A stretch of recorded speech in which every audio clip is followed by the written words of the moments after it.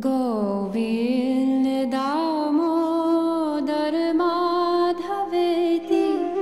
Govind Damodar Madhaveti. Hey Krishna, Hey Yadav, Hey Saketi, Govind Damodar Madhaveti.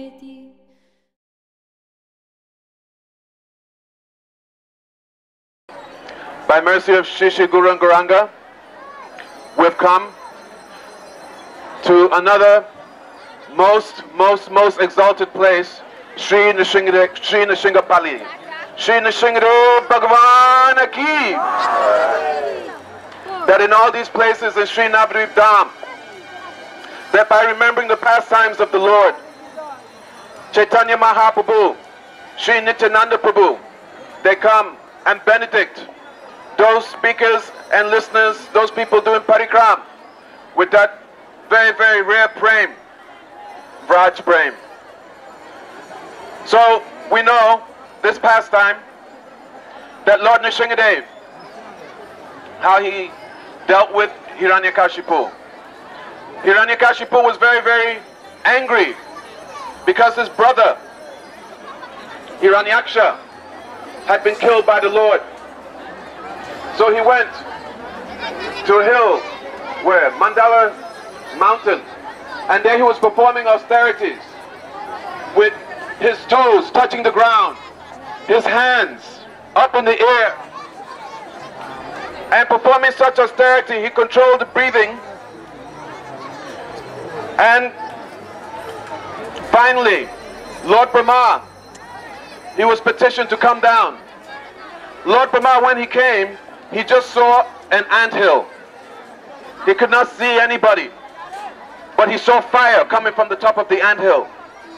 When he looked closer, then he just saw the skeleton of one person. He went with his pot of nectar, and when he poured that nectar on the anthill, then that skeleton transformed into a very beautiful, powerful golden body. Hiranyakashipu, then he paid his obeisances to Lord Brahma, and he offered so many prayers that you are the Lord, that you bestow benediction upon all. Lord was wondering, Lord Brahma, he said, this austerity that you perform, no person can do this. Even great sages like Brigu, they cannot do. What do you want? Said, I want to be immortal. Lord Brahma said, immortal? Though I live a very long lifetime. How long does Lord Brahma live? 311 trillion years. He said, but even me, I am not immortal. So then he said, give me the benediction that I will not be killed in day or night. Give me the benediction that I will not be killed on the land, in the air, in water. Give me the benediction I'll not be killed by any human being. Give me the benediction I'll not be killed inside, outside, in any year, month, day, by any weapon. He asked so many benedictions. Lord Brahma said to Tashu, so be it. Then Hiranyakashipu, he went. And he was creating so much disturbance for the Brahmanas, for the Vaishnavas. So when Lord, after some time, Hiranyakashipu, he had a son.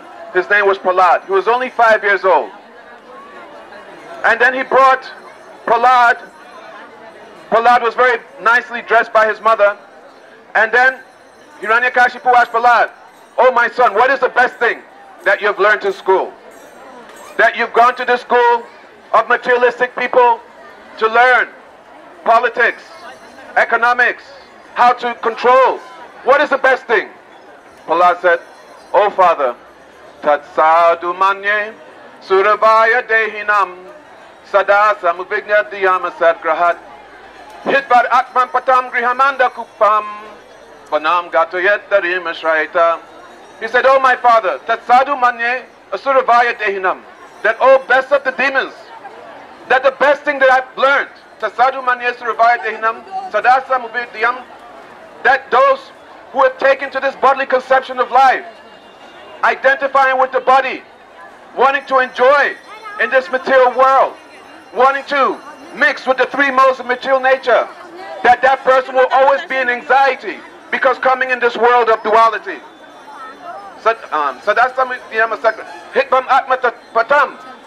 That this material enjoyment is just like a covered grass or covered well, covered by grass.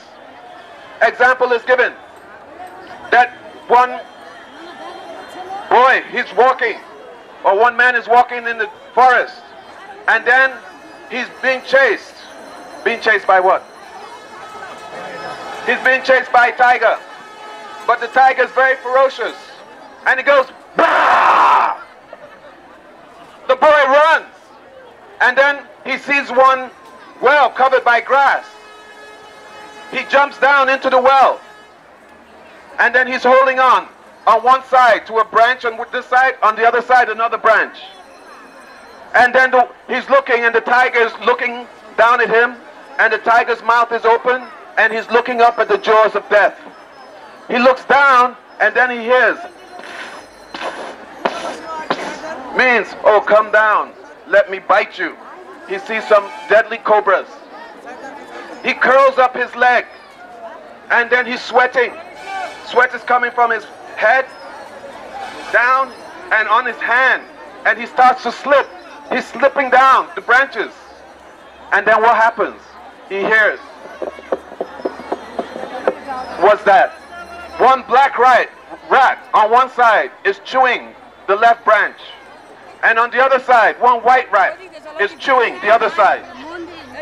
And then the branch is going crick, crick, crick, and he's thinking, I cannot say what he's thinking, but he's thinking, oh, this is it, I'm finished. And as the branch is about to go, then on top he sees, actually he doesn't see, but on top there's a beehive and very, very nice honey. The honey, it tilts, and one drop, it comes, and it just passes his head, and it just hits the snake. The next drop, he sticks his tongue out, and he catches it, and ruminates, and then he thinks, oh, how sweet it is. What is it? The snake represents the miseries of this world. When we're born in this world, so many miseries will come, so many problems. Well,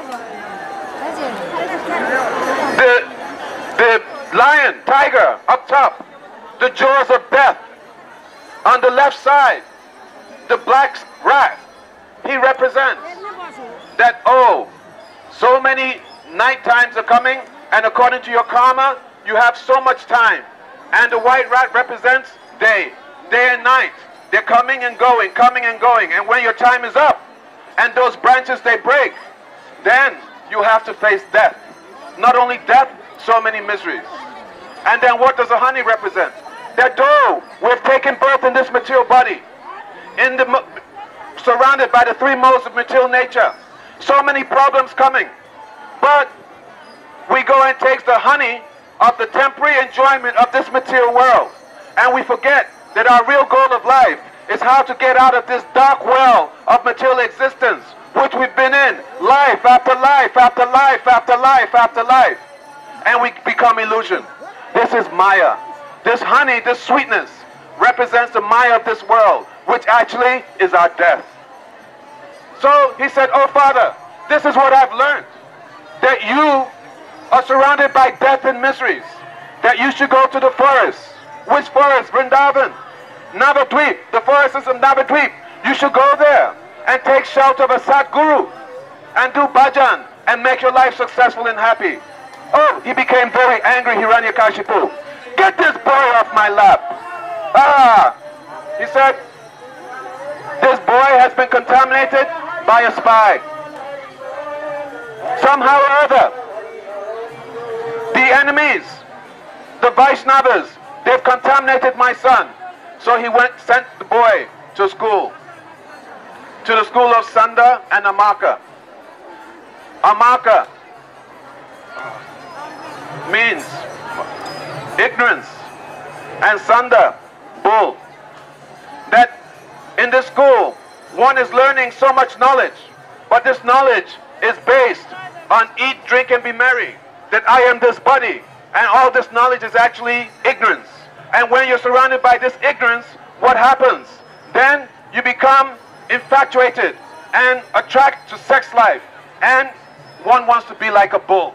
And this is what the teachers in this material world are teaching.